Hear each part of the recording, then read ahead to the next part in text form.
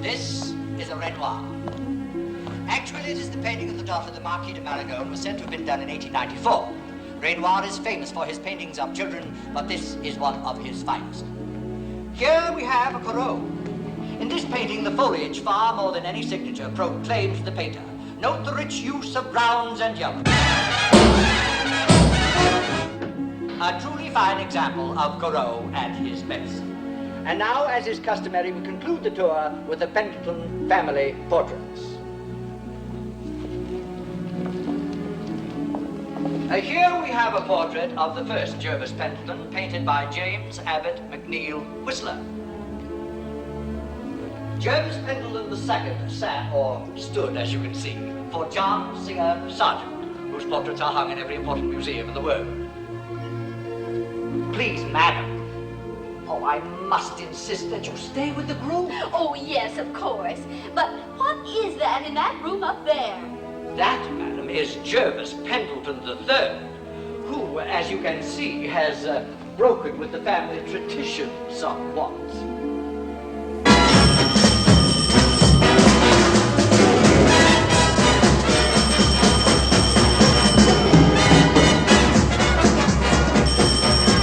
Greg speaking.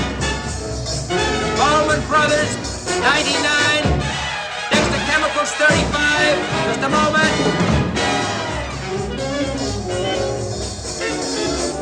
Good. Buy both. Mr. Pendleton accepts both offers. Big speaking. 80th boy, 3/8 of a mile, 34 and 2/5 seconds. Just a moment. Your horse. Your horse!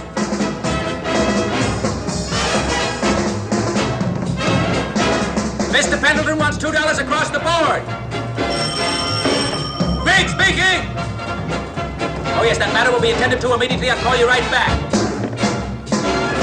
What shall I tell the man about?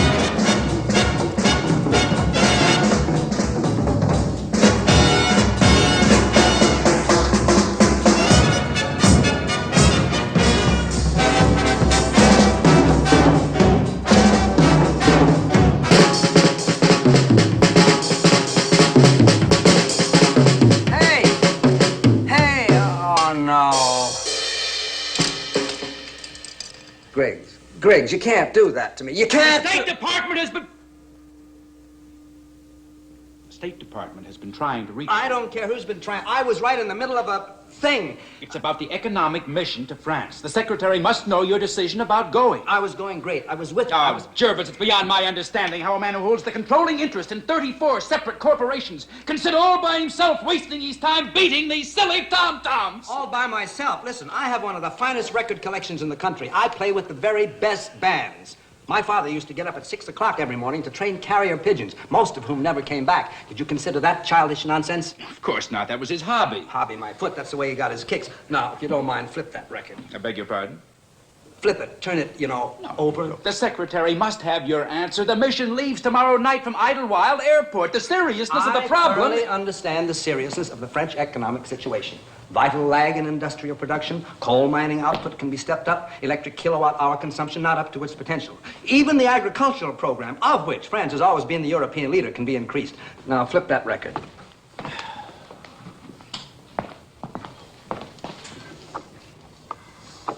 Anything else? Yes. Just sit there and listen. Griggs, because I hold you in affection and great esteem, I shall now begin to instruct you in what the jazz elite call the modern beat, a complete anthology of well-all read and how I made the team.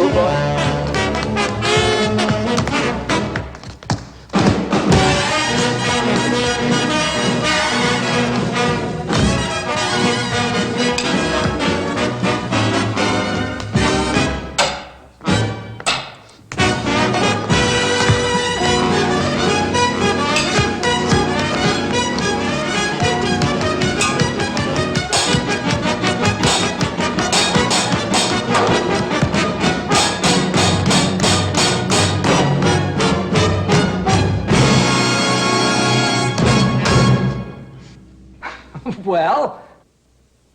What shall I tell the State Department? That we're going, of course. Did you say we? Certainly. Everyone knows you make all my decisions for me. Everybody but me?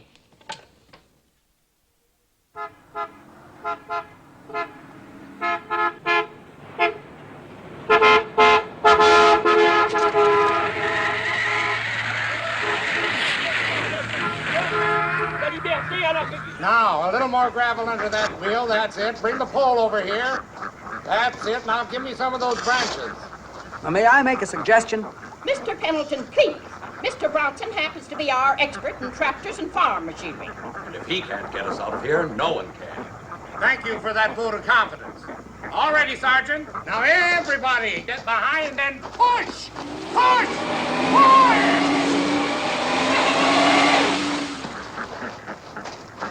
Well, I think we finally struck firm ground. I think you've struck oil, but you can have my share. Do you mind if I go up the road a piece to see if I can find a farmhouse or a telephone or something? Good. I knew you wouldn't. Griggs, why don't you break out that last bottle of brandy? Everybody could use a drink. Right, Mrs. Carrington? I don't know what the president could have been thinking of when he appointed that man to this commission. Oh.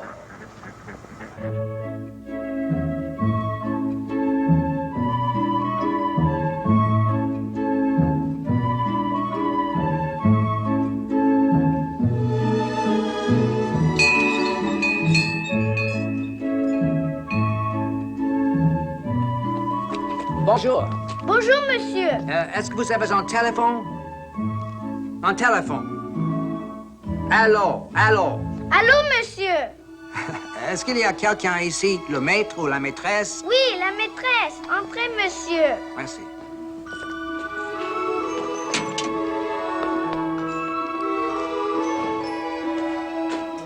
Attendez, monsieur, s'il vous plaît. Merci.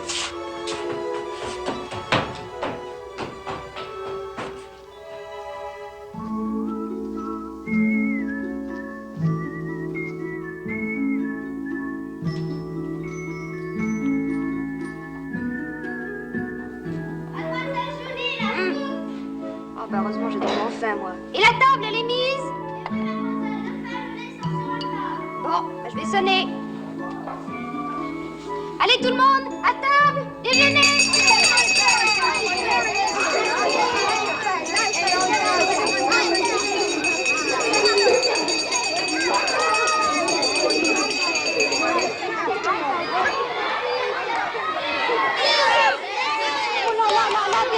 Quel boucan! Aujourd'hui, on parle seulement anglais. Today we speak only English. But as a reward, you may have whatever you want for lunch. Marie.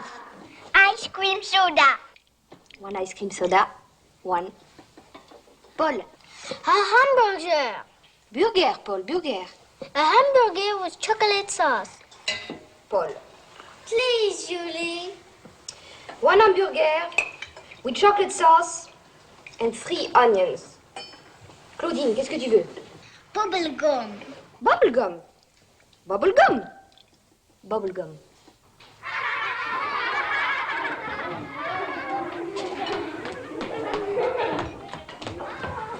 Monsieur? Bonjour, madame. Je m'appelle Pendleton. Oh, an American. How do you do, Mr. Pendleton? I am Madame Savane. Well, that takes the strain off my French. I wonder, have you a telephone? A telephone?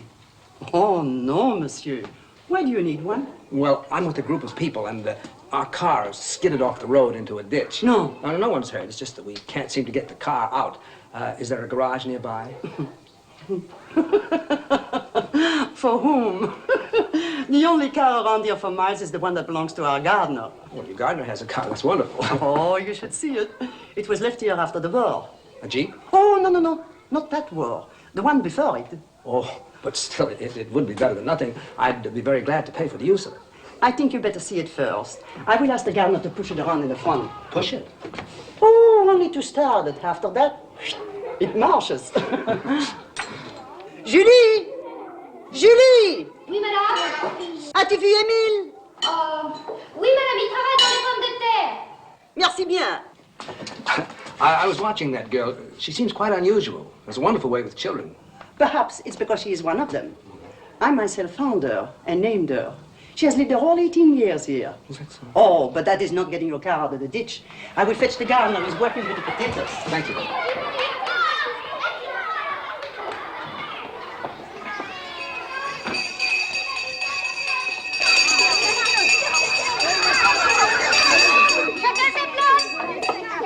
Tu es sage, hein? Tu tournes la manivelle.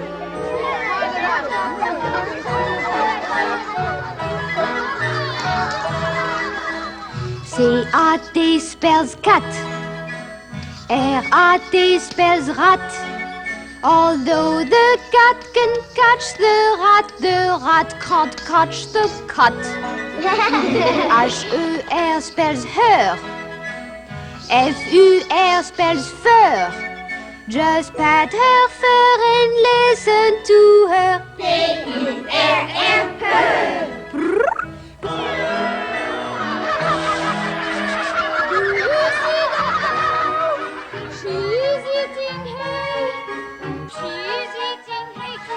I have spoken to the governor. Oh, yes. Every once in a while, one meets a person who has a dinner to take life and make something wonderful of it. Seems a shame. Oh, I don't mean that this isn't a wonderful place, a good life. Oh, monsieur, don't apologize. I do my job very well, and I know Julie will even do it better. Julie what? Julie André.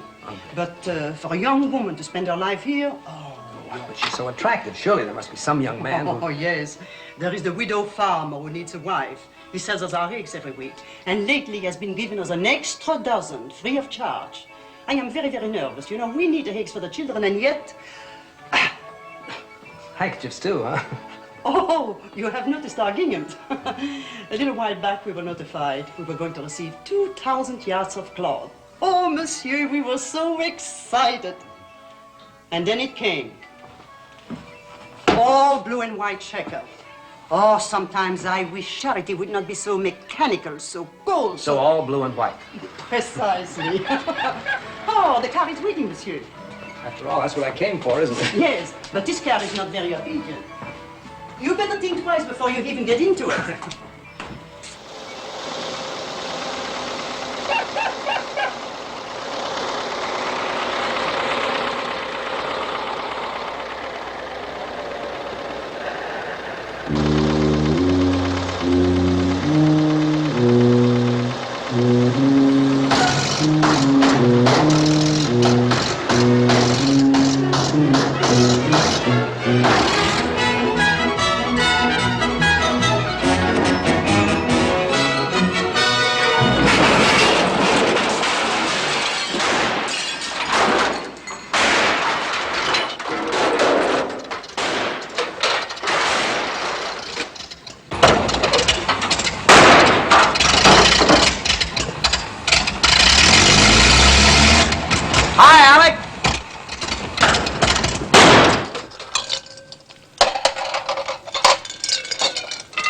Stop making noises like an ambassador, Alex, and answer the question.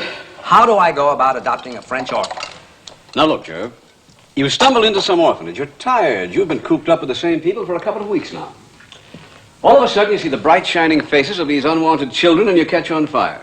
Next thing I know, you arrive here in a beat-up old jalopy. You bang into my Cadillac. That's the only way I could stop. I told you that before. The car had no brakes. Now, let's get to it. What red tape do we have to cut? Jervis, even you cannot go leaping about from country to country adopting orphans. I'm not leaping about. It's only one country and one orphan. Will you please stop stalling and get started? All right, Jervis, we can try. Try? Don't give me that. Anytime the American ambassador can't... Okay. Now, what's the name of the orphanage? Jeanne d'Arc, right outside Soissons. And the child's name? Julie André, A-N-D-R-E. Do you know how old she is? Yes, 18.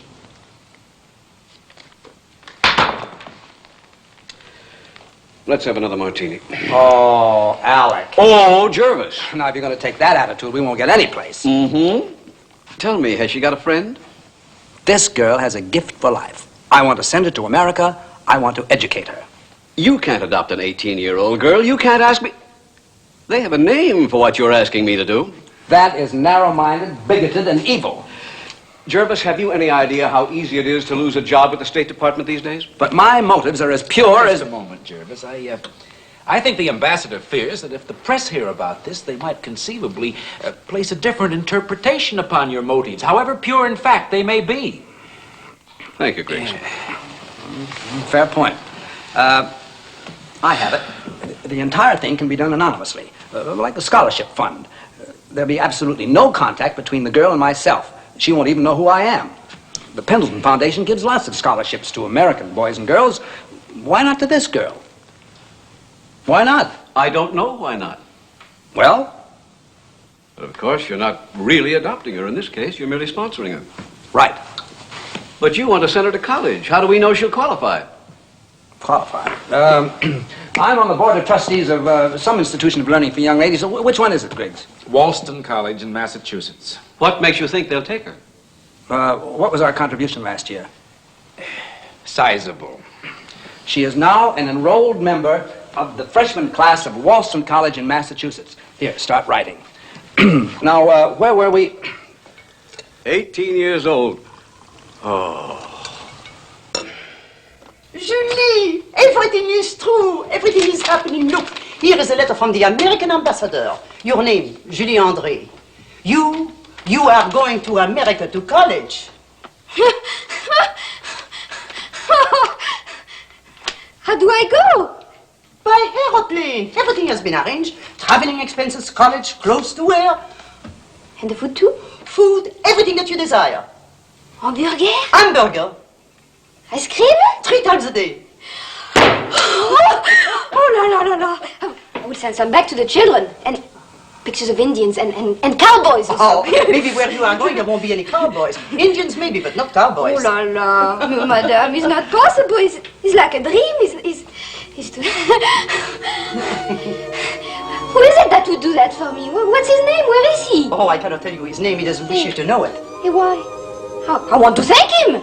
He doesn't want any thanks. He doesn't want any gratitude. His only wish is that you hide him once a month, just like he would be your father, and tell him the progress you are making in school. And this is the address. Mr. John Smith, Post Office, Box 3642, New York City. It's all written out here. Of course, Mr. John Smith is not his real name. Oh, la, madame. It has really happened, eh? Mm-hmm. It's really true. Everything is true. Go on, Julie. You go to sleep and say a nice prayer of thanks, hein? Merci, madame. Il n'y a pas de quoi, monsieur.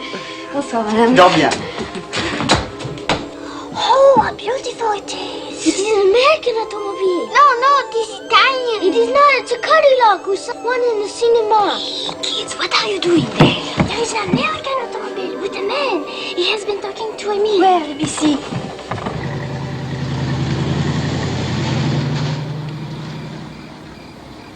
Oh, zut. Did you see him? Did you see his face? Yes, we saw him. You did? What did he look like? Was he old? Oh, yes, very old. How old? Older than him. Oh. Did you see his hair? What kind of hair did he have? No hair. Bald? Maybe he wore a hat. We saw only his shadow. He was very thin and very tall, very long legs. Comme un faucheux. Un faucheux? Yes, a faucheux. A daddy long legs. Oh, a daddy long legs. Yes, a daddy long legs. Now off to bed quickly. Be very quiet. Don't wake up the others.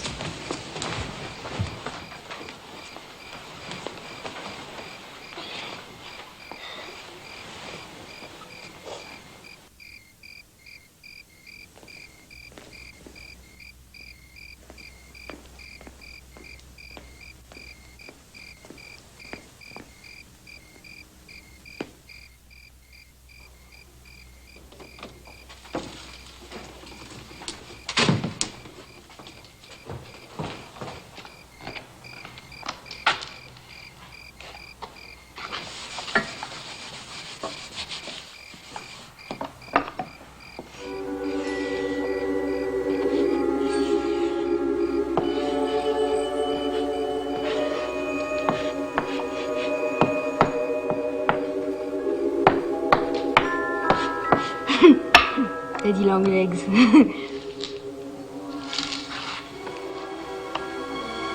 Papa fauché.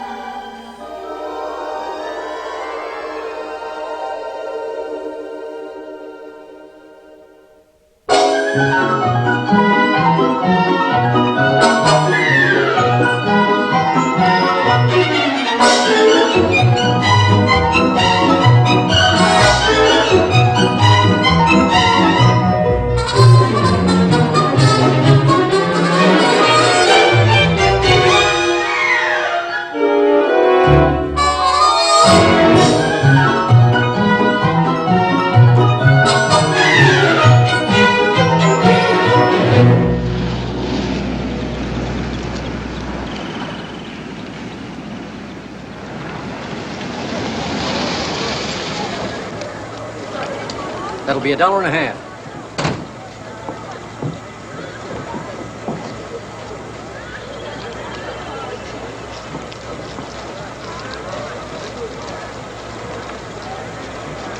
Keep the change, please. Thank you.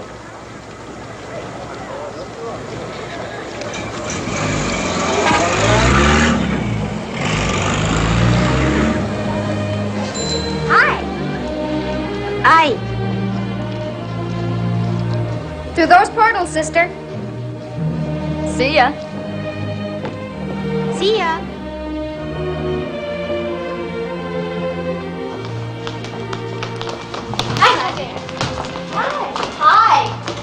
Bosch?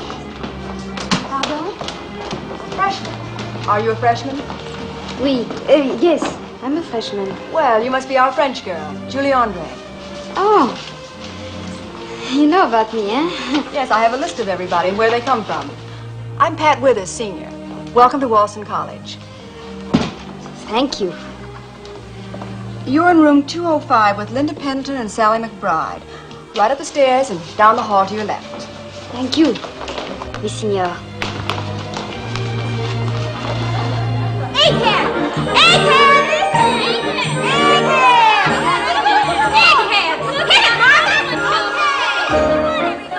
Welcome, Egghead.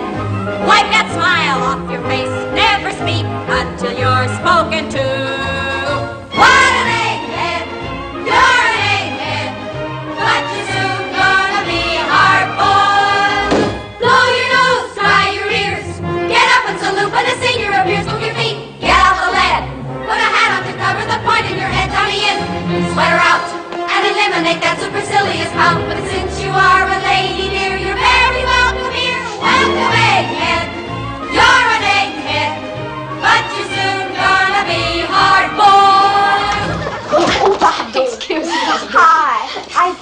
McBride. This is Linda Pendleton. Hi. Hi, Miss Pendleton. I am Julie André. We've heard about you. We're both signing up for French, and we expect to get straight A's. You know, I'd help you with English, but I'm a total loss at it myself. I smell. Oh, you do? At English. Oh. However, I have got a brother at Harvard who's real smooth, so if I were you, I'd cultivate me. You better cultivate Linda, too, because her folks are big muckamucks around here. Every time they need a new building or something, her uncle coughs up the Mazuma. Oh, pipe down, Sally. Look, have we said anything that you can understand yet? Well, most of the words, yes, but the meaning... I thought so. Don't worry, you'll get with it. One of us has to sleep in a room by herself. Would it bother you if you slept alone? Alone? Mm-hmm. A bedroom for myself? Oh, no, that would not bother me at all. Good, then that's settled. Now, where's your trunk? I don't know. What do you mean you don't know? Didn't you pack? Oh, yes, but all I packed was this. Well, she's smart. She believes in traveling life. Well, surely those aren't all the clothes you have for the whole year, are they? I don't know. Come in.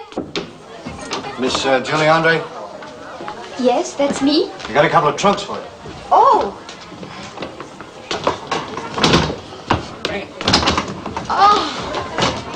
Oh, you know what? Size of these. Good night. Why, I've never seen anything so big. Oh, Miss Andre, yes? you sign here, please. And you were the girl who didn't have any trunk? Yes, And please. she believes in traveling life. Oh.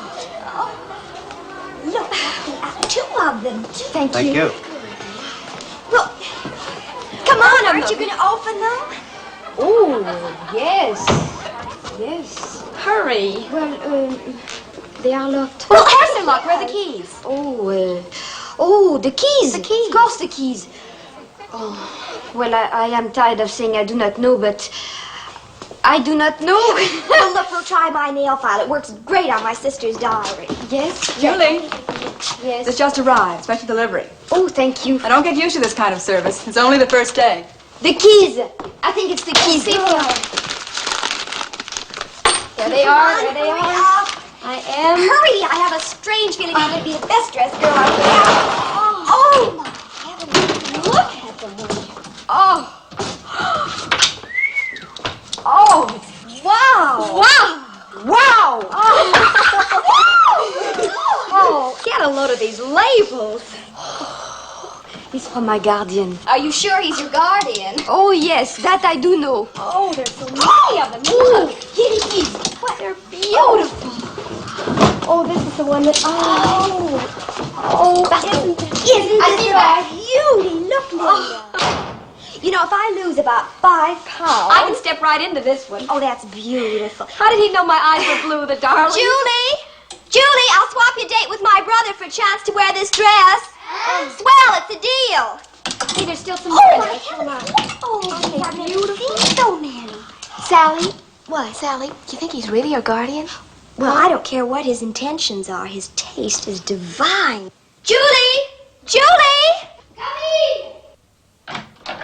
Hey, behold, an American Frenchman. Oh, you look...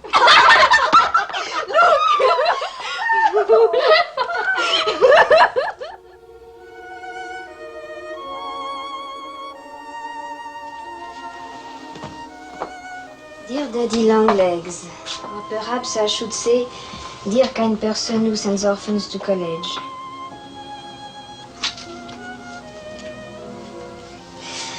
Yesterday morning, I was in France, and tonight I am sleeping in Massa.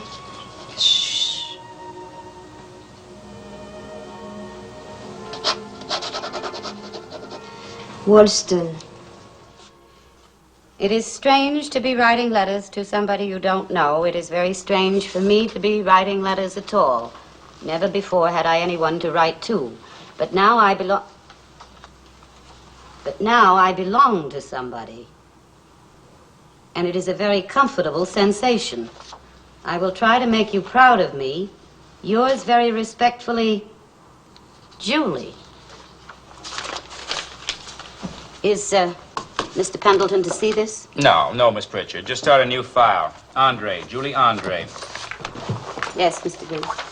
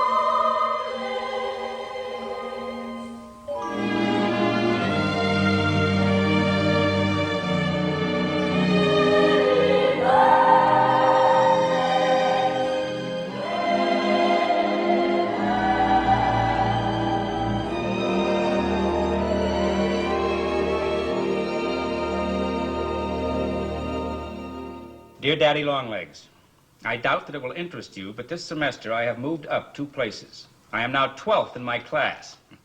My average is just above a B. Greg speaking. Yes. Oh, she is? Just a moment. Yes, Griggs, old boy. Jervis, your sister-in-law Gertrude is on the phone. I just left for Alaska. Look, she's called 5 times. It's about your house at Murray Bay. She's decided to spend the summer there with Linda. She wants you to have it redecorated. A French provincial. She wants me to have my house redecorated so she can use it for her vacation? Yes. For Gertrude, it seems a fairly reasonable request. Well, you can tell my sister-in-law she can... Tell Mrs. Pendleton, Mr. Pendleton will be very happy to have her use the house. Yes, he agrees with her that French provincial should be most attractive. He wonders why he didn't think of it himself. Now, where was I? My average is just above a B. What? The Andre letter. Oh. Yeah, file it. You didn't finish reading it. It is very hard to go on writing to a thing. You never answer my questions. You never show the slightest interest in anything I do. You don't praise and you don't scold. It's like having a machine for a father. I love college and I love you for sending me, but couldn't you write just 1 letter? Not too respectfully yours, Julie. File it, Miss Pritchard. Isn't somebody someday going to answer that poor child? All right. Dear Miss Andre, your letter of the 23rd received. Mr. Smith's attention will be called to your progress. I'm sure he'll be pleased with the report. Very truly yours. That's a cheerful, breezy little note. I'm sure that'll warm her up. What do I know about writing to a young girl? All right, destroy my letter. Continue the old arrangement. File it under A. Yes, Mr. Griggs. Mr. Griggs, a person is not a corporation. A person is flesh and blood and feelings.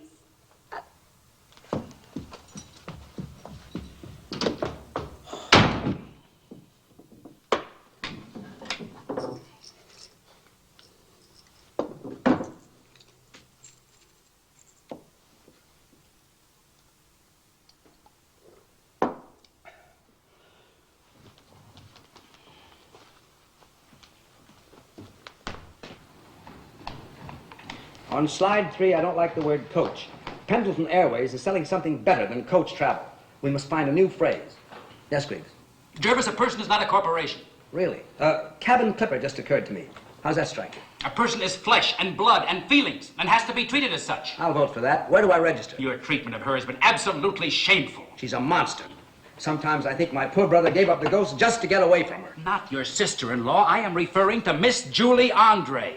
Miss Julie Andre? Oh, I'm not in the least surprised. Yes, sir. Miss Pritchard, bring in that file. Which file, Mr. Griggs? The one you've been crying into. Crying in the file. Not only does it sound inefficient, it sounds like a tune on the hit parade. Say, what's going on around here? Nothing is going on around here, and it's all your fault. Over 2 years ago, you, impulsively, capriciously, against the better judgment of the American ambassador and myself, picked a young girl out of a French orphanage and deposited her in Walston College. Oh, that Julie Andre. Yes, that Julie Andre. She's been kicked out. Griggs, how could you let this happen after all we do for that college? She has not been kicked out. She stands 12th in her class. She's a lovely, sensitive, marvelous girl, one that any parent should be proud of. And yet no one pays the slightest bit of attention to her. Thank you, Miss Pritchard. Thank you, Mr. Griggs.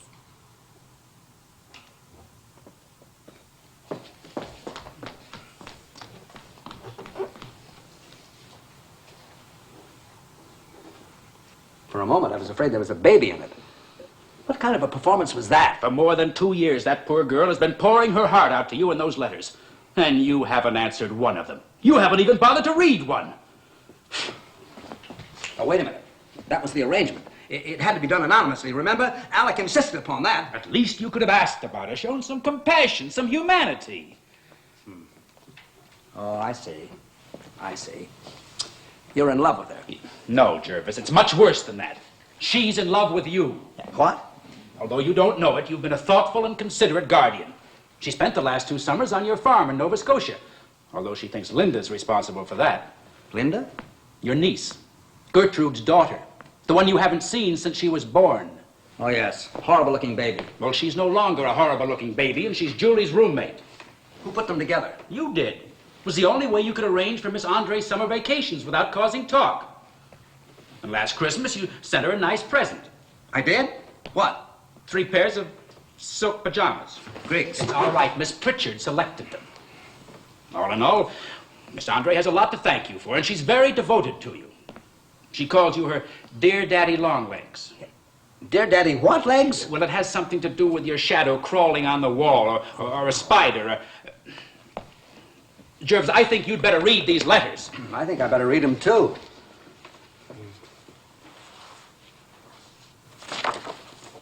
Dear Daddy Longlegs. She's a prolific little thing, isn't she? Griggs, will you tell Miss Pritchard to hold all my calls until she hears from me?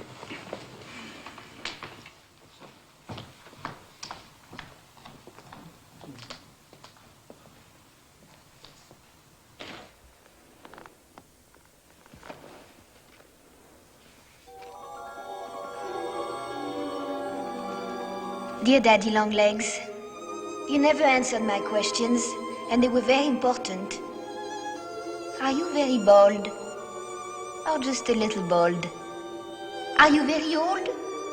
Or just a little old? Oh well, on second thought, please don't answer. Not that you will. It is just as much fun not knowing anything about you. It leaves me free to imagine whatever I want. You could be anything. Sometimes I think that you are a Texas millionaire. That's what you are. And you are so rich that there is a special department in the United States Treasury which works only on your income tax report.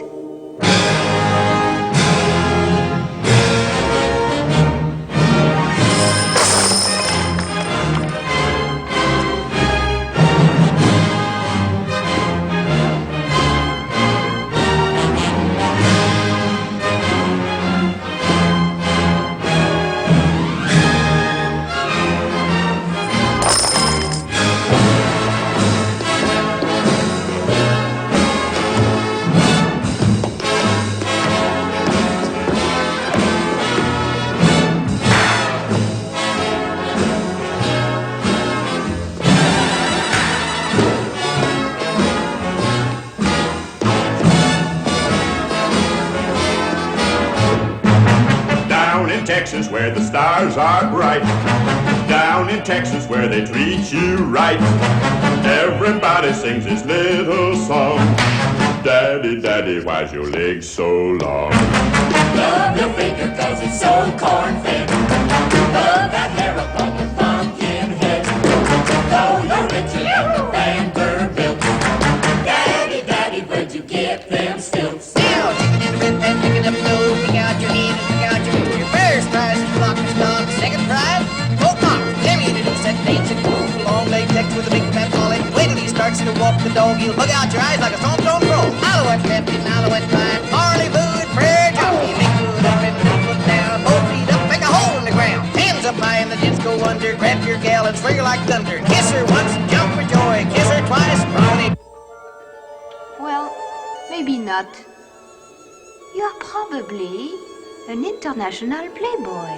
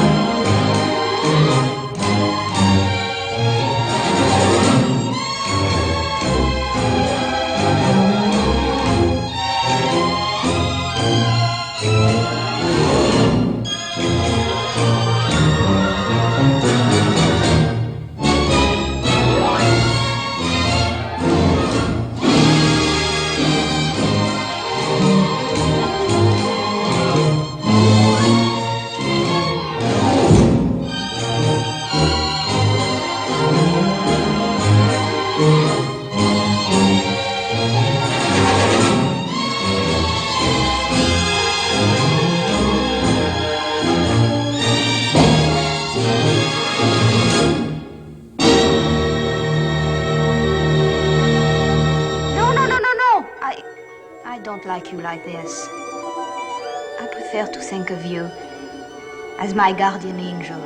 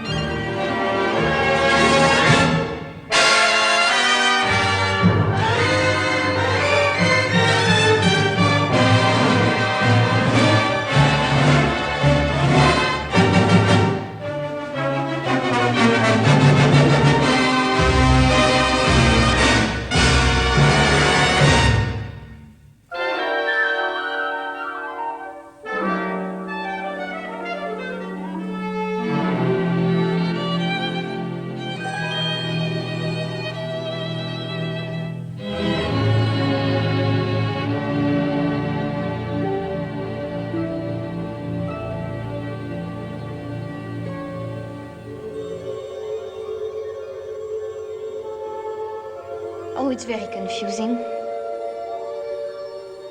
I wish I knew who you really are.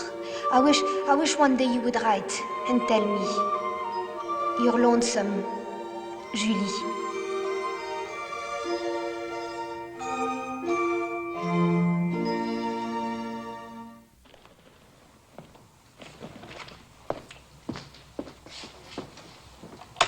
Will you get my sister-in-law on the phone, please? Who, sir? My sister-in-law, Gertrude Pendleton.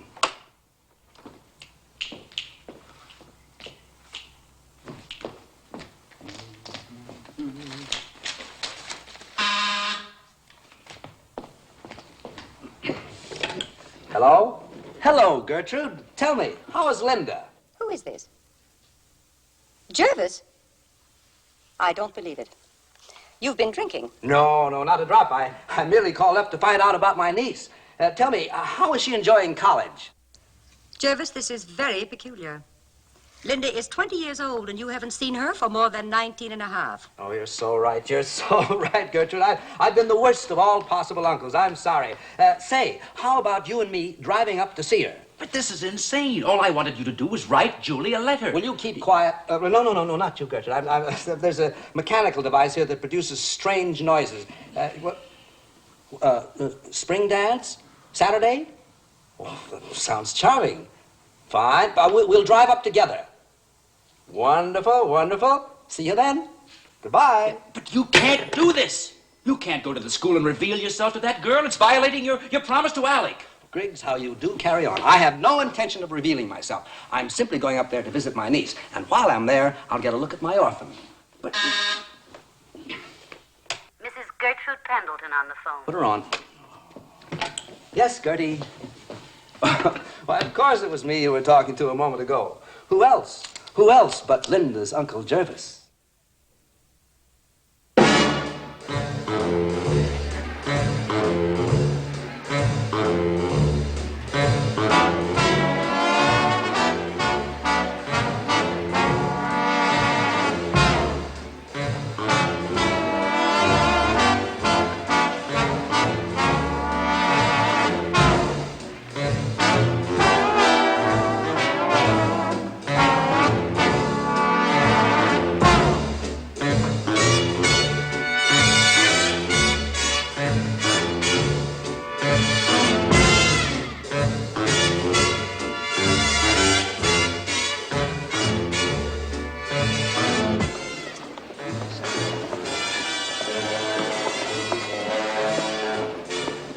Jervis, please remember that you're with me and don't leer. I wasn't leering. I was just looking around. I hope you remember they are very young.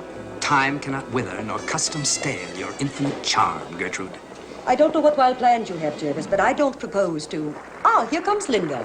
Oh, Linda, darling, can you ever forgive your Uncle Jervis? For heaven's sake, Jervis, that's not Linda. Oh, I am sorry. What in the world are you doing here anyway? Linda, dear, I don't suppose you remember your Uncle Jervis, but that's perfectly all right. He doesn't remember you either. Hello, Uncle Jervis.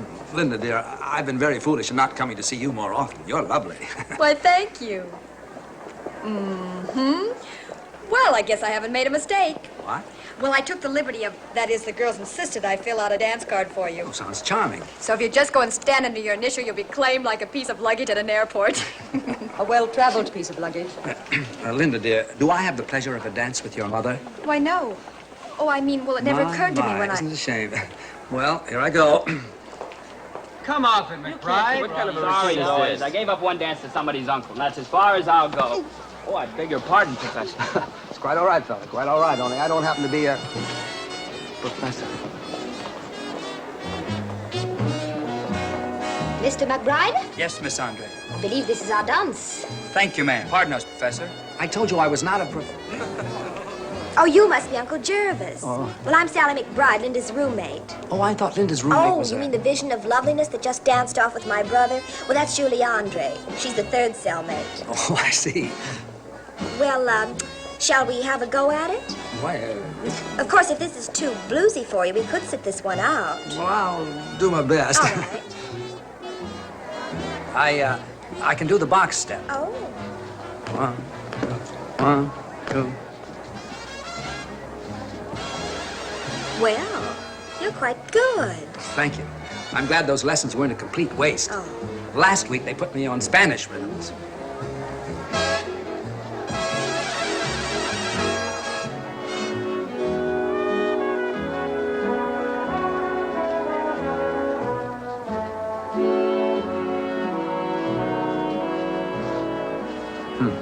Mr. McBride seems to be quite taken with Miss Andre.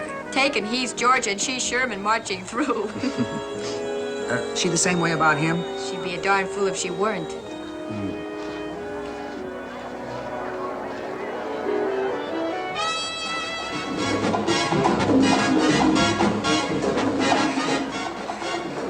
Am I leading? Well, up to now, I think it's a tie. That's a fault of mine. It comes of going to a girls' school.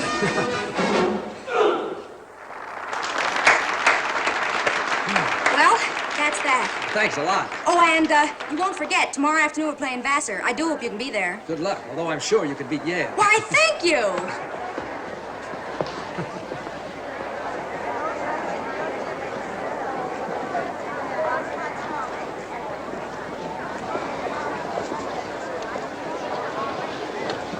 Mr. Pendleton, I am Julie André. Well, how do you do? Is this our dance? Yes. If you'd rather not dance, we can talk. Oh, I think I'd like that. Isn't there someplace we could go? In the garden, perhaps? Or maybe that would be bad for your reputation. It would. Come on, let's destroy my reputation.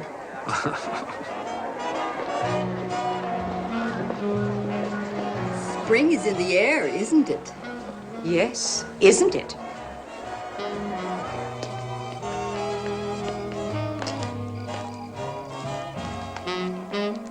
Now, where do you suggest we have our flirtation? Well, one usually goes that way. Tell me, haven't we met somewhere before? No.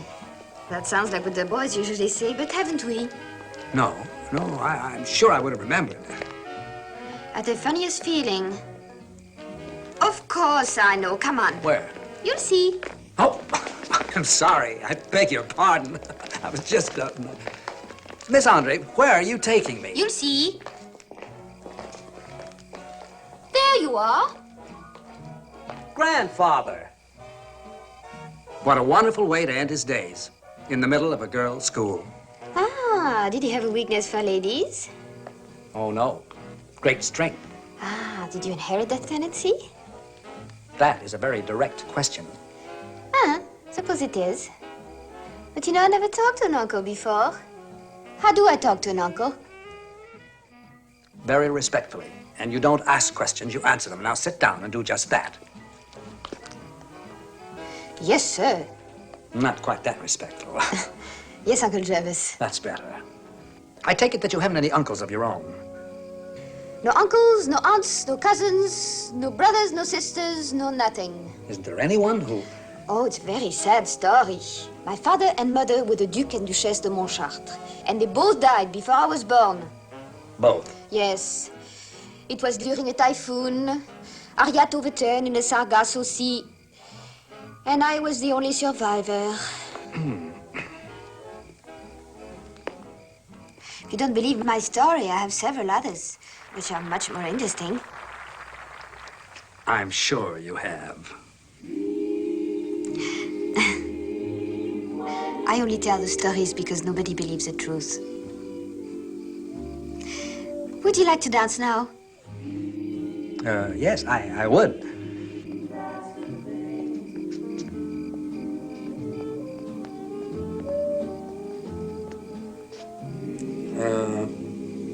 Would you tell me what the truth is?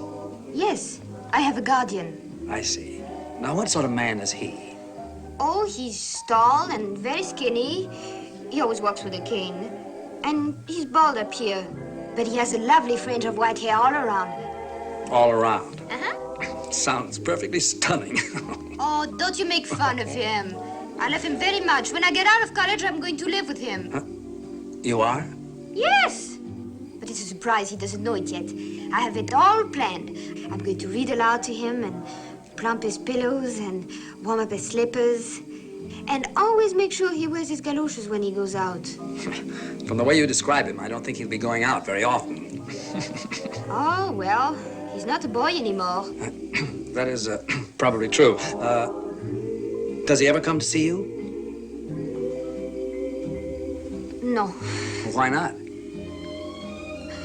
Well, he doesn't care anything about me, really. Oh, now I'm sure he does. Oh, I just pretend. One must have somebody to love, you know. So I make believe that he really cares. Maybe he does care more than you think. Oh, he does, huh? I write to him all the time whenever I get lonely. He doesn't even read my letters. How do you know? He throws them in the wastebasket. He does no such thing. I mean, I don't think he does. Then why doesn't he ever answer? Dropsy. Probably can't hold a pencil. Ha, ha, ha, ha. Oh, la, la. Hey, you. Oh, it's only you, Professor. I was going to punch somebody in the nose. Hey, Julie, we missed a dance. Oh, sorry, Jimmy. This is Mr. Pendleton. He's not a professor. Oh. Mr. Pendleton, Jimmy McBride. How do you do? How do you do, sir? Natural mistake, of course. Of course. Come on, Julie. They're going to do Slewfoot. Oh, good. Excuse us, Uncle Jervis. Thank you for keeping Little Red Riding Hood away from the wolves.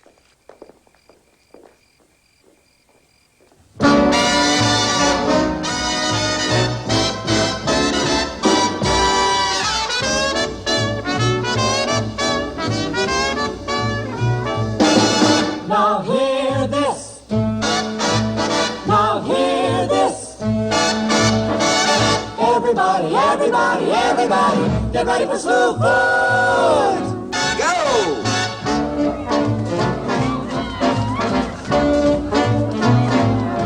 You want to dance? That's easy to do. Then take the one I'm here to do. I'm gonna teach you to calling us what they're calling us Slewfoot. You make your right foot point to the north. You make your left foot point to the south. And then you stroll sort of westerly, slow and siesterly, Slewfoot. Don't be an oddball and don't be a fit. Try, why be shy? After all, it's even better if your feet's too big. You put the old posterior out.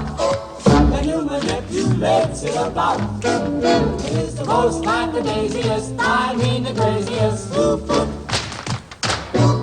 You gotta rock like a rocking chair. The step is clock like a slightly square. You count to 1, 2, 3, 4, and you holler Slewfoot. You put your toe out. You drag it back, you really go out. You ball the jack, you want it down, down, D4 when you holler Slewfoot.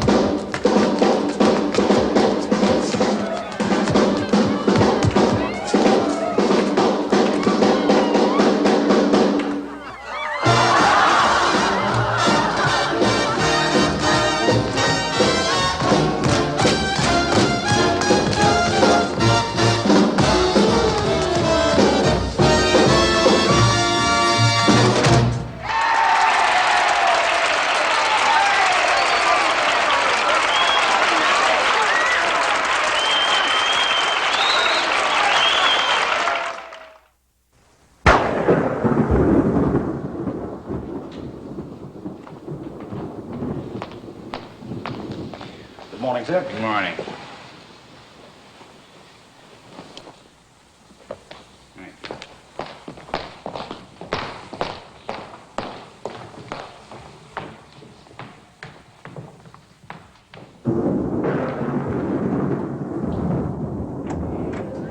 They seem so green,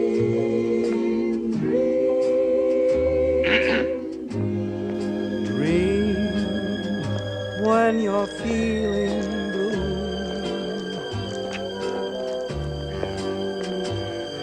Dream, that's the thing to do. Hello, Jervis.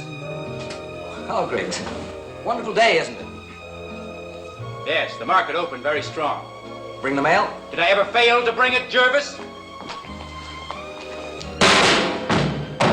No.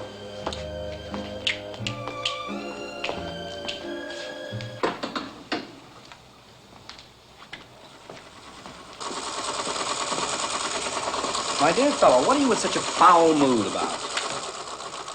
The first days of spring always affect me this way. Oh, Griggs, will you please have this record sent to Miss Andre? And who is sending the record? I am, of course. Yeah, I'm aware of that, Jervis, but in which incarnation are you sending it? Jekyll or Hyde? Uncle Jervis or Daddy Longlegs? Jervis Pendleton, and you can leave off the uncle if you don't mind. Yeah, what you're looking for is in the personal file. Thank you, Griggs.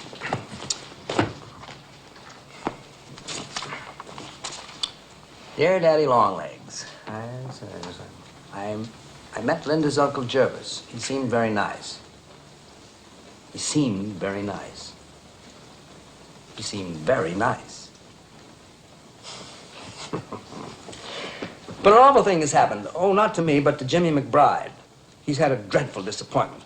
He was all set to go to South Africa as a mining engineer when the project blew up. Imagine, only about a month from graduation, and he considers himself a failure. If he would follow my advice, he'd stay in this country and work in his father's overalls factory. But he hates it. I can't tell you how miserable I feel for him. Griggs. Yes, Jervis. Would you come here a moment, please? I'll be right there. He was all set to go to South Africa as a mining engineer when the project blew up. Griggs, I'd like to do something for a young chap I know. Name's McBride. Brilliant mining engineer. Do we have an opening for him?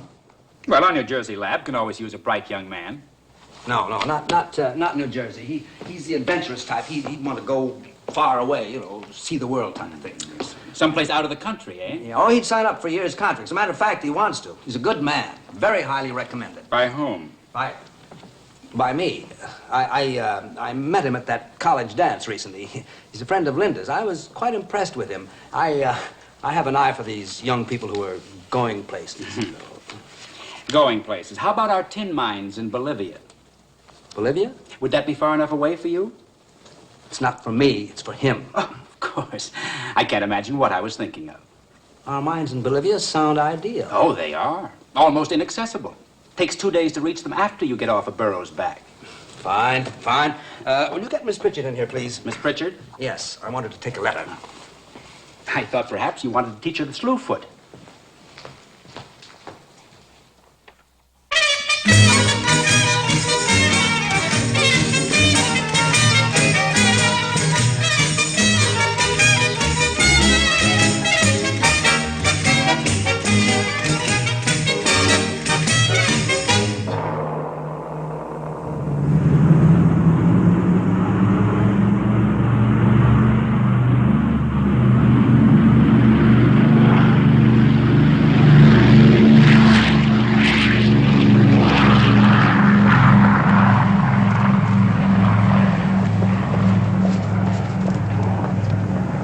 Hi, Jervis. Oh, hello, Larry. How are you? Fine. Good. Meeting someone? Yeah, my niece, Linda, and her roommate. They're coming down from college. Oh, yes. I wish I knew she was on the plane. Yeah. Jervis, how Hello, are Julie. you? So good to see you. How's the flight? Oh, just wonderful. Well, wonderful. Jervis, I'll just... Pardon me, Mr. Hamilton, Miss Andre. How do you do? Where's Linda? She couldn't come. She couldn't come? No. Well, as I was saying, Jervis, I'll just be buzzing along. Three's, you know what. Very happy to meet you. Goodbye. What happened to Linda? Oh, she woke up this morning with the sniffles, and she told me that her colds always get much worse before they get better, so I just let her. Shouldn't I have come alone? Oh, yes, of course. Certainly. I'd have been very disappointed if you hadn't. Oh. Really? Are these your baggage checks? Yes. John, will you handle these for Miss Andre, please? Yeah, sure.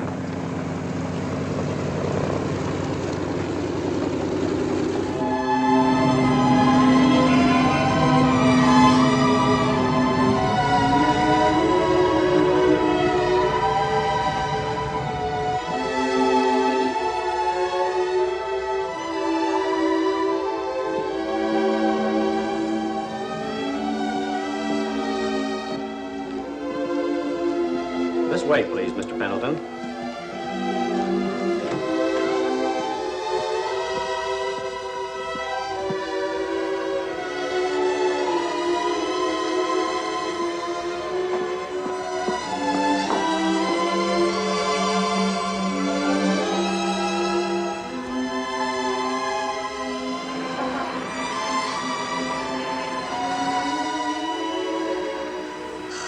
Jervis, you know, it's just beautiful.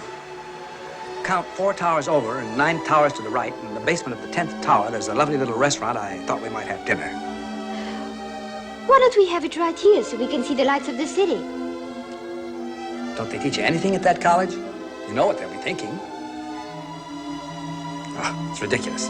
What time would you like to dine? Oh, anytime. We'll be back at 7. Mm-hmm. Black tie? But of course.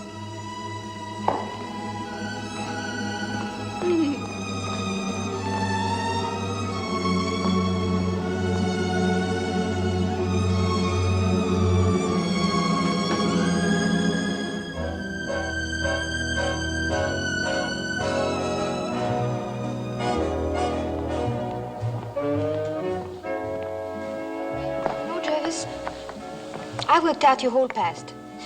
That doesn't surprise me in the least. There was someone years ago. She was tall, slender, blonde, very beautiful, and you loved her madly. But she married someone else. Oh, she was very foolish. Thank you. So you never loved anyone else since? Is that the way it was? No. There never was a tall, slender blonde. But there was a short little redhead. And then there was a very large brunette. And then there was someone I met in Switzerland. And then there was... Oh, la la. And you loved them all? Madly. And why didn't you ever marry? I didn't love them that madly. I don't think you ever will. Mary? That all depends. You know, there's an old theory. I mean, when an irresistible force such as you meets an old immovable object like me, you can bet as sure as you live, some gotta give, some gotta give, some gotta give. When an irrepressible smile such as yours forms an old implacable heart such as mine, don't say no because I insist. Somewhere, somehow, someone's gonna be kissed. So on guard, who knows what the fates have in store from their vast, mysterious star. I'll try hard, ignoring those lips I adore. But how long can anyone try? Fight, fight, fight, fight, fight it with all of our might. answers are some heavenly star-spangled night. We'll find out as sure as we live. Something's gotta give, something's gotta give, something's gotta give.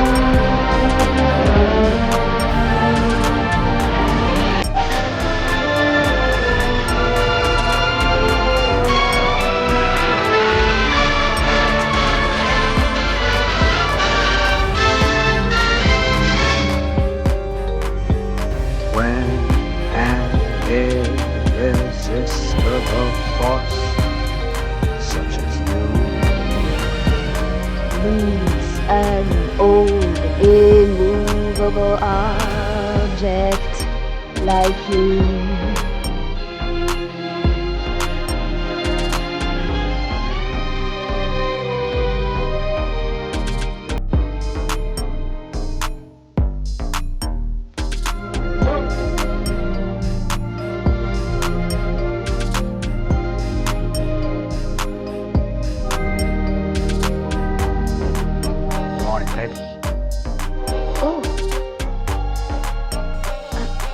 Did anything happen yesterday?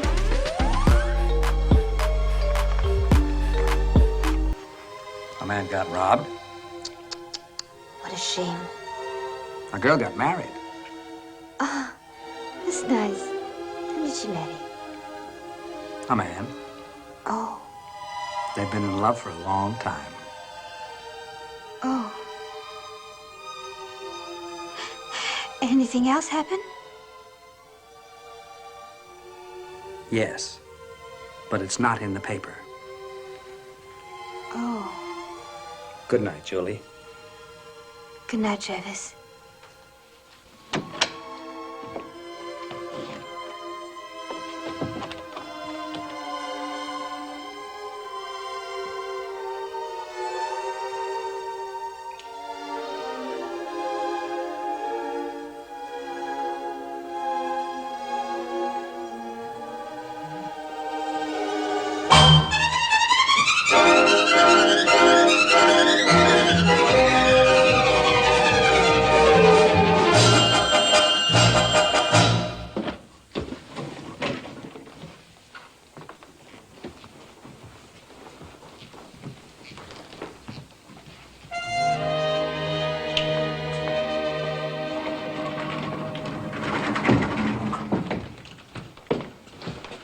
Excuse me, Mr. Ambassador.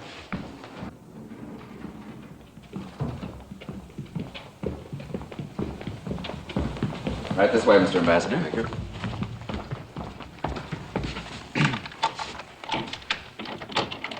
I think you'll find this to your liking. This wing is very quiet.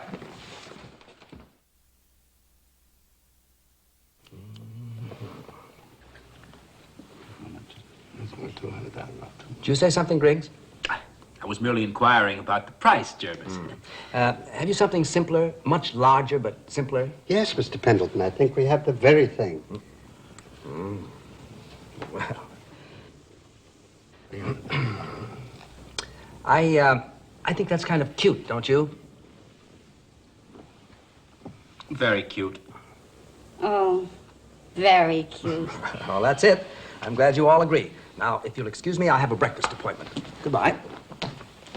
You understand, of course, this is subject to the lady's approval. Naturally. But I think you should know, Mr. Griggs, it's been our experience that a diamond of that quality never comes back. Never.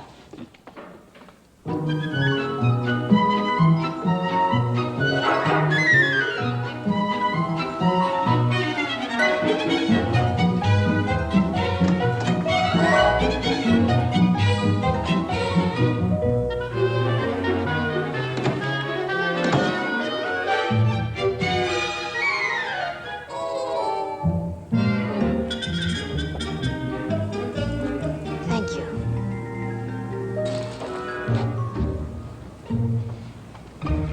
Coffee now, Jervis? Yes, please.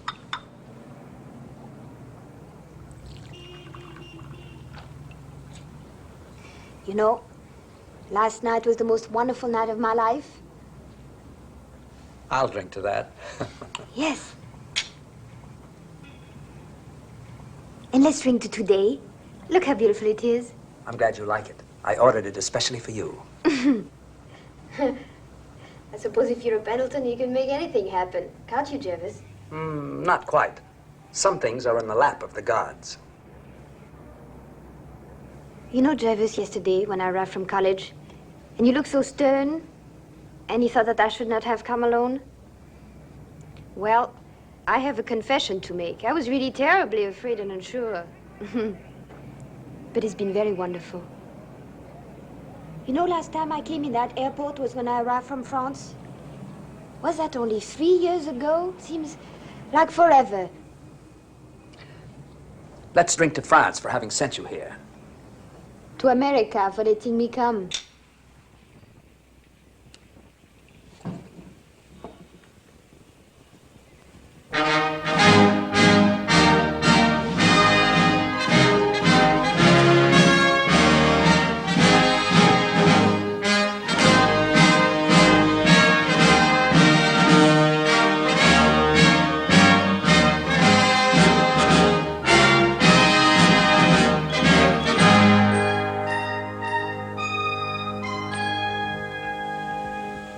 Connect me with 3203, please.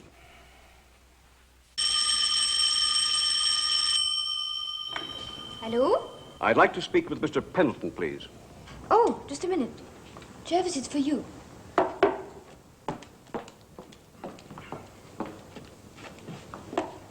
Hello. Jervis, you are the most contemptible, deceitful, dishonorable character it has ever been my misfortune to know. Who is this? Who? Well, yeah, I think so, Alec. Well, all right, I will. Right away.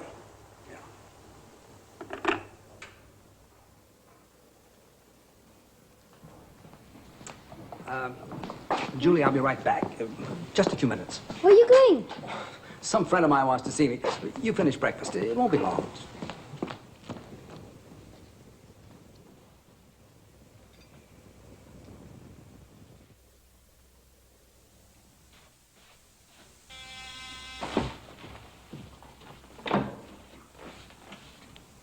Hi.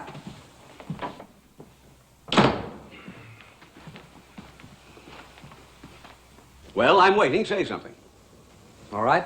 Why aren't you in France? I am here to report to the Secretary of State. Then why aren't you in Washington?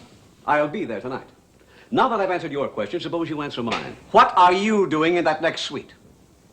Why, you evil-minded... Jervis, the last time you accused me of being evil-minded was when you wanted to bring that young French girl to this country to educate her. Alec. Now, never mind what the newspapers would make of all this. How you enlisted the services of the United States government in your enterprise. Never mind the part I played. Let's leave all that out. Think of the girl. She is here on a student's visa. Her behavior is subject to constant scrutiny. She can be expelled, her passport picked up at a moment... Now, wait a minute. Alec, it is nothing like that. Jervis, I was on the terrace. Now, I'm no eavesdropper, but I'd have to be deaf not to overhear the conversation that you and the young lady were having at the breakfast table. Like what?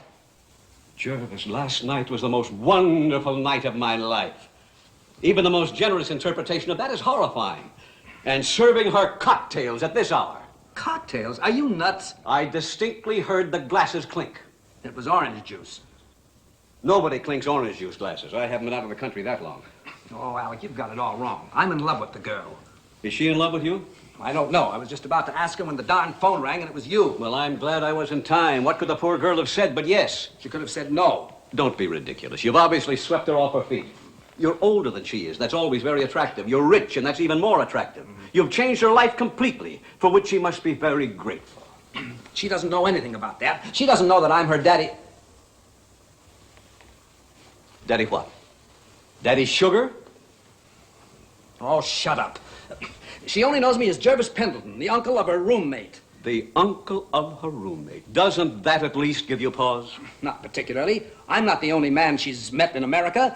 She's also interested in a Harvard graduate. Can he afford to bring her to New York and entertain her in this style? Well... Of course not. He's probably out looking for a job. He is not. He's working in Bolivia, in a tin mine. Now, if you'll excuse me. It wouldn't by any chance happen to be the Pendleton tin mine, would it? Well, he needed a job. Well, what's the matter with helping young people? It's an interesting hobby. You seem to have embraced it vigorously. Well, he applied for a job in Africa. The project blew up, and I just happened to have an opening in Bolivia. King David. What are you talking about? David sent Uriah into battle because he coveted Bathsheba. Oh, no. Oh, no. Oh, I've had just about enough. Now, look here, Alec. There's nothing underhanded or deceitful about this. It's true, I sent that young man, well, he was going out of the country anyway. He needed a job, and I sent him. Sure, the girl is much younger than I am. I'm not denying that. Sure, I'm rich. There's no question about that. Certainly, I did everything possible to sweep her off her feet. But doesn't every man who's in love...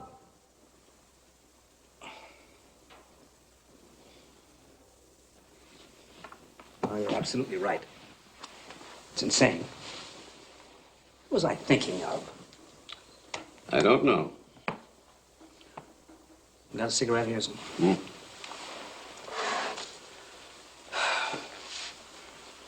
She must be very attractive, Jervis. Very. I'll bring that boy back from Bolivia.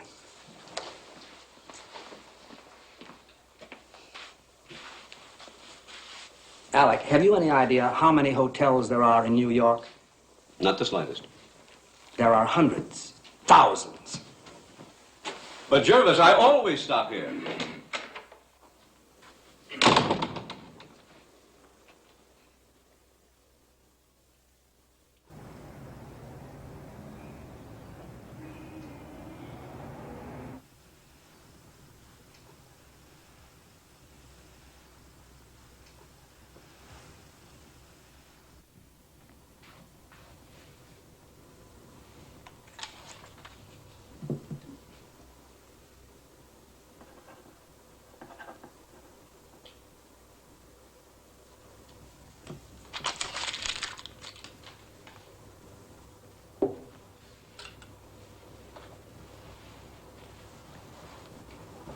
3203, please.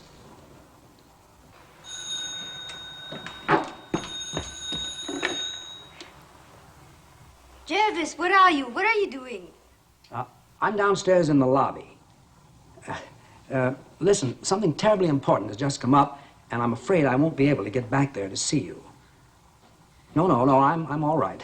It's just business, you know, State Department. Well, it's rather hard to explain. There are certain things about it that I'm not at liberty to discuss.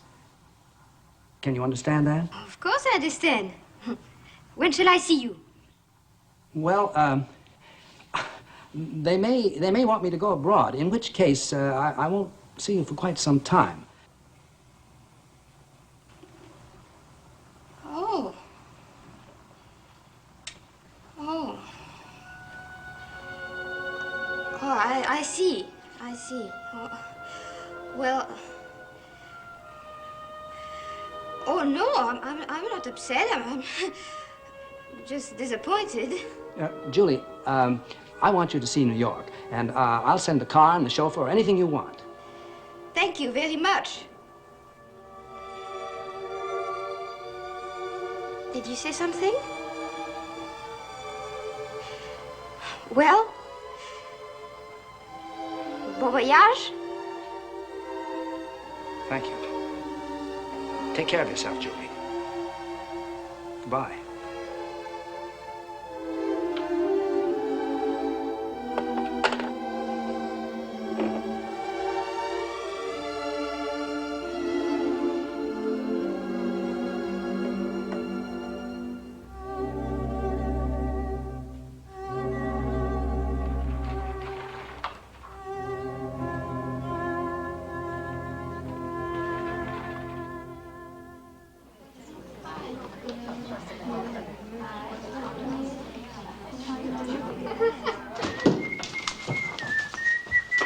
Hey, Linda, catch. Hey, you sure this is mine? How am I ever going to fit this in?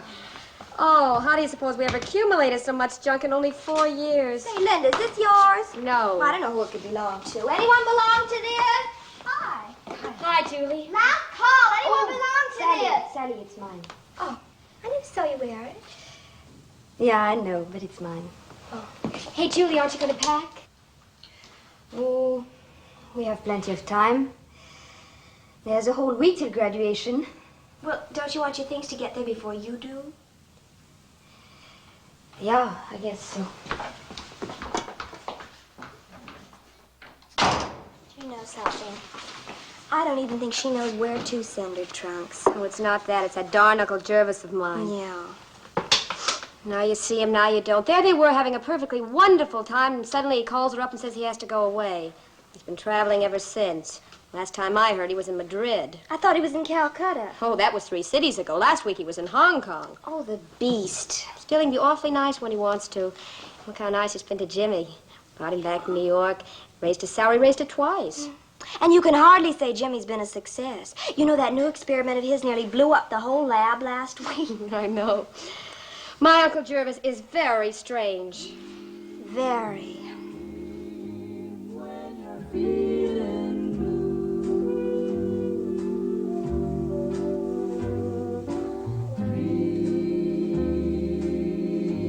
That's the thing to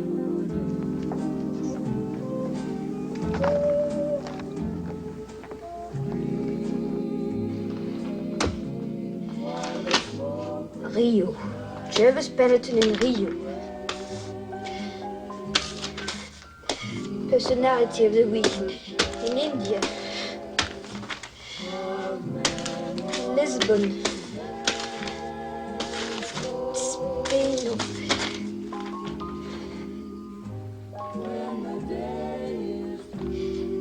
The Opera of Paris. Oh, zut.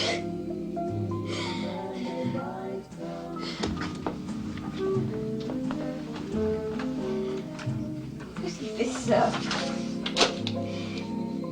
This up. Dear Daddy Longlegs,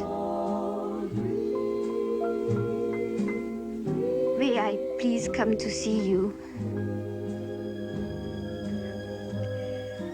I am desperately in need of advice.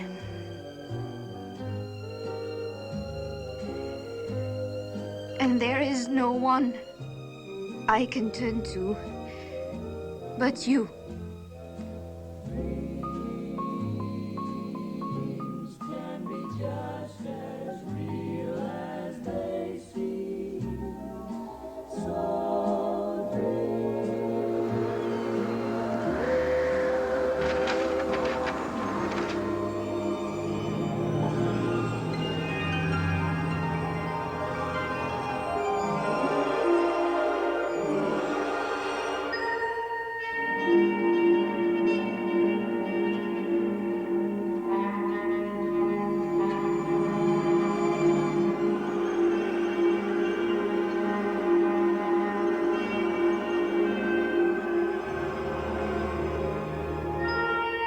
Someone's gotta give, someone's gotta give, someone's gotta give, someone's gotta give, someone's gotta give.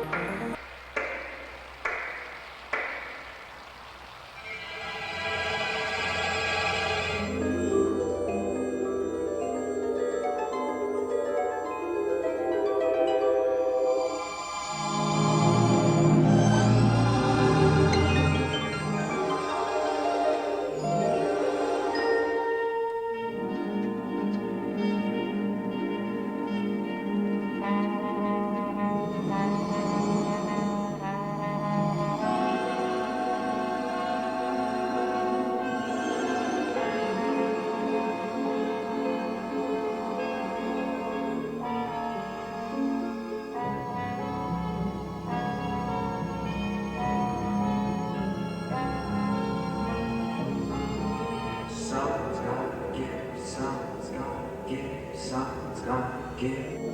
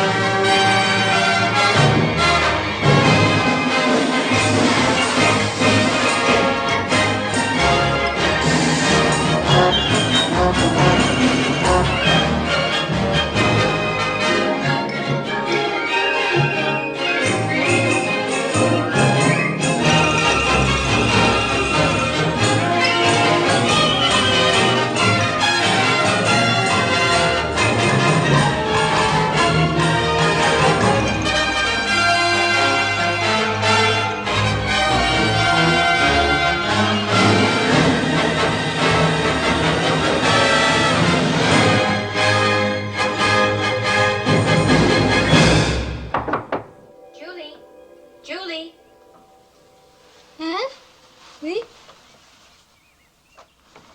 Oh, Linda. I was just going down to the post office. Want me to mail that for you? Oh, yes, please. Can you wait a minute? Sure, take your time.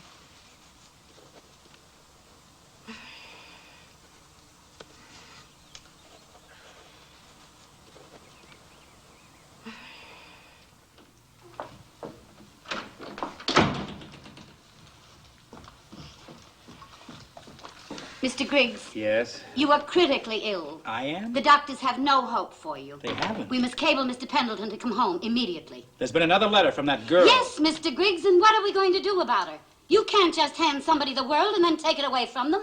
Well, I'm in the process of drafting a letter to her now. I've been told that she's to be married shortly. Oh, like you know. Well, in the event that she doesn't, a trust fund is being established, and from that she'll be given a sensible income each month. She'll have security for the rest of her life. Security! I have security, and believe me, it's nothing. You have security in a duller life nobody ever led.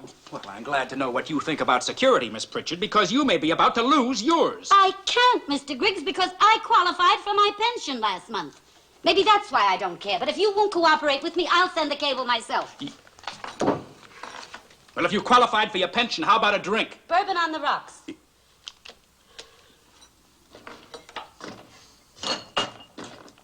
What do you plan to say in that cable? Griggs, critically ill. Imperative you come home immediately. Doctors have no hope. Oh, that's fine. Thank you. If I'd offered you a drink 25 years ago, you'd have slapped my face. How do you know? You never asked me.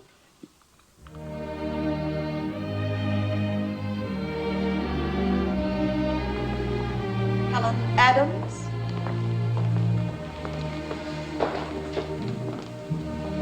Julie Andre.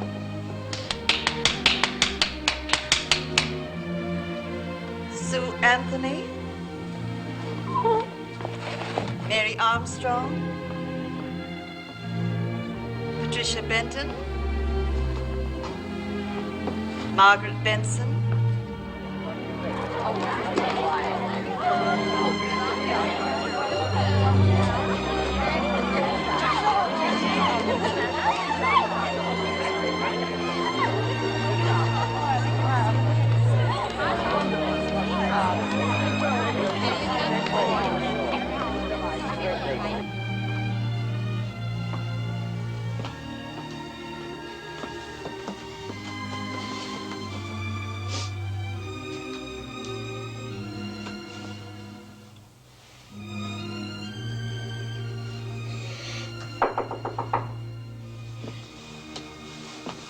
Come in.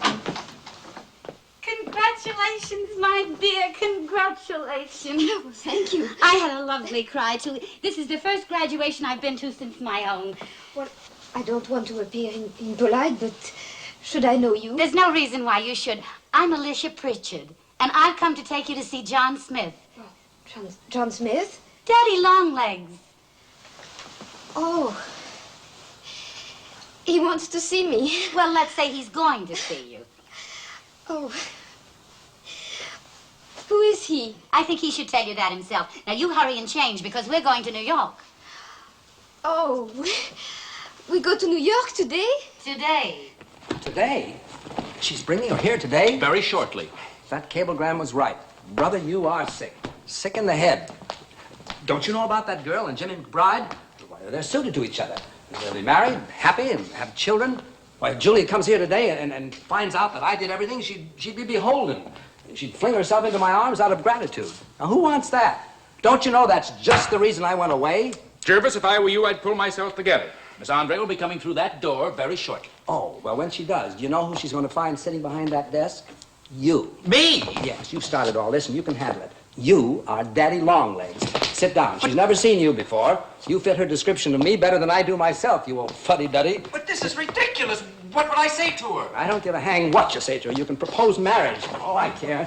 Now, let's keep this thing tucked around here so you don't look properly feeble. Well, keep your head down. You know, you haven't the strength to keep your chin up anymore. You've been very ill, remember? Oh. Okay, that's good. Ah, Whistler's father. You may accept my resignation from your employment, effective as of this moment. It's too late now. Don't you dare move. Yeah? Mr. Pendleton. Fine, Tupper, come right up.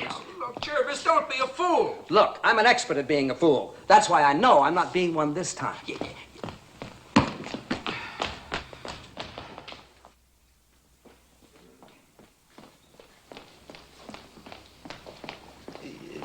Come in, my dear.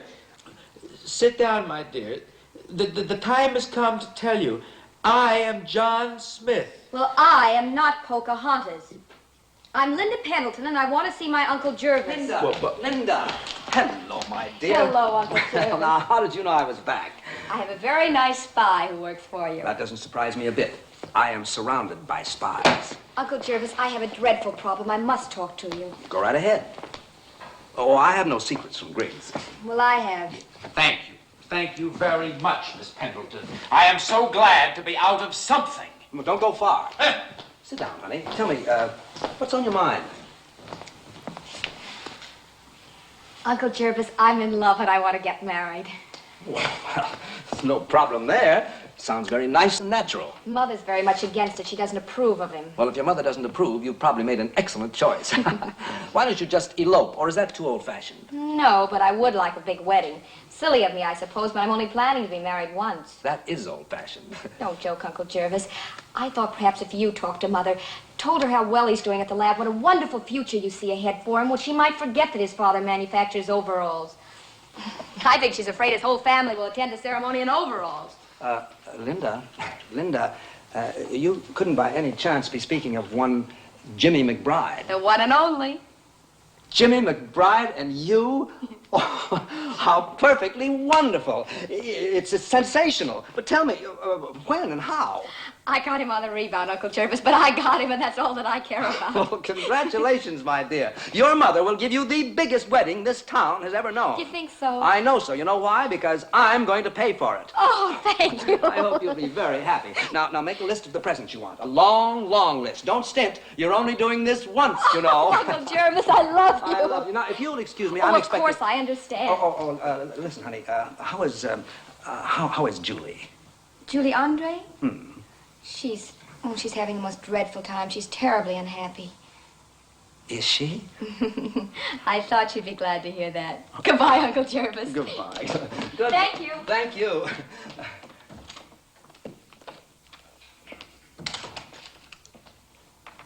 Griggs. Yes? Have I been rude to you? Most. Forgive me. You're utterly charming. You're a little fat boy with wings and a bow and arrow, and I'm very fond of you. You're a dandy.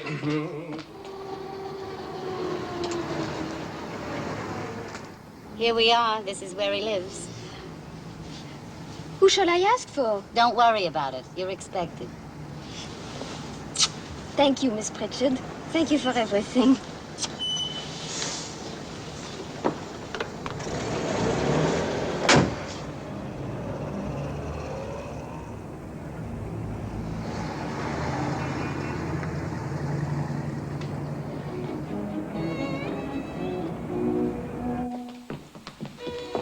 Miss Andrea, Yes. may I take your coat? Wait just a moment, please. As we continue to view this truly remarkable collection of art, one feels more and more a sense of debt toward its donor. Now we come to some of the Impressionists, a group of painters who have always been a subject of great controversy. Their break with the past was viewed with great horror by the academic school, who had for so long reigned supreme in French art. This is a Renoir. Actually, it is a painting of the daughter of the Marquis de Malinaud and was said to have been done in 1894. Will you please stay with the group, miss? Me? We cannot have people wandering off by themselves. I must insist that you stay with the rest of us. Renoir is famous for his paintings of children, but this is one of his finest. Here we have a Caron. In this painting, the foliage, far more than any signature, proclaims the painter. Note the rich use of browns and yellows. A truly fine example of Corot at his base. For him, the countryside was a constant source of inspiration. The homely rustic scene is brought to life here with great sensitivity. One feels that Hello, Corot Julie. understands his subject. Hello. Every detail he conveys his What affection. are you doing here? Shh, quiet, please, quiet. He reveals his serenity. Do you know my guardian? Oh, yes. Yes, very well. You never told me before. He asked me not to. But I knew you were coming here today, and I had to see him first because there was something very important I wanted to ask him. And now, ladies and gentlemen, as is customary, we conclude the tour with the Pendleton family portraits. Here we have a portrait of the first Jervis Pendleton, painted by James Abbott McNeill Whistler. Jervis Pendleton II sat, or stood, as you can see, for John Singer Sargent, whose portraits are hung in every important museum in the world. Just as real as they seem. This is Jervis Pendleton III, who, as you can see, has broken with the family tradition somewhat. Well, good afternoon, ladies and gentlemen. That concludes our tour. Thank you very much.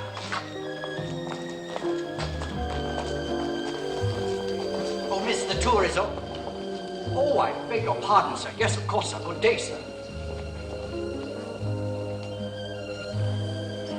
Tell me, when you saw John Smith, what did you ask him? Since he's your guardian, I felt I should ask his permission before asking you to marry me. Oh, what did he say? He said I'd have to wait my turn, that he wants to ask you himself first. Why don't you?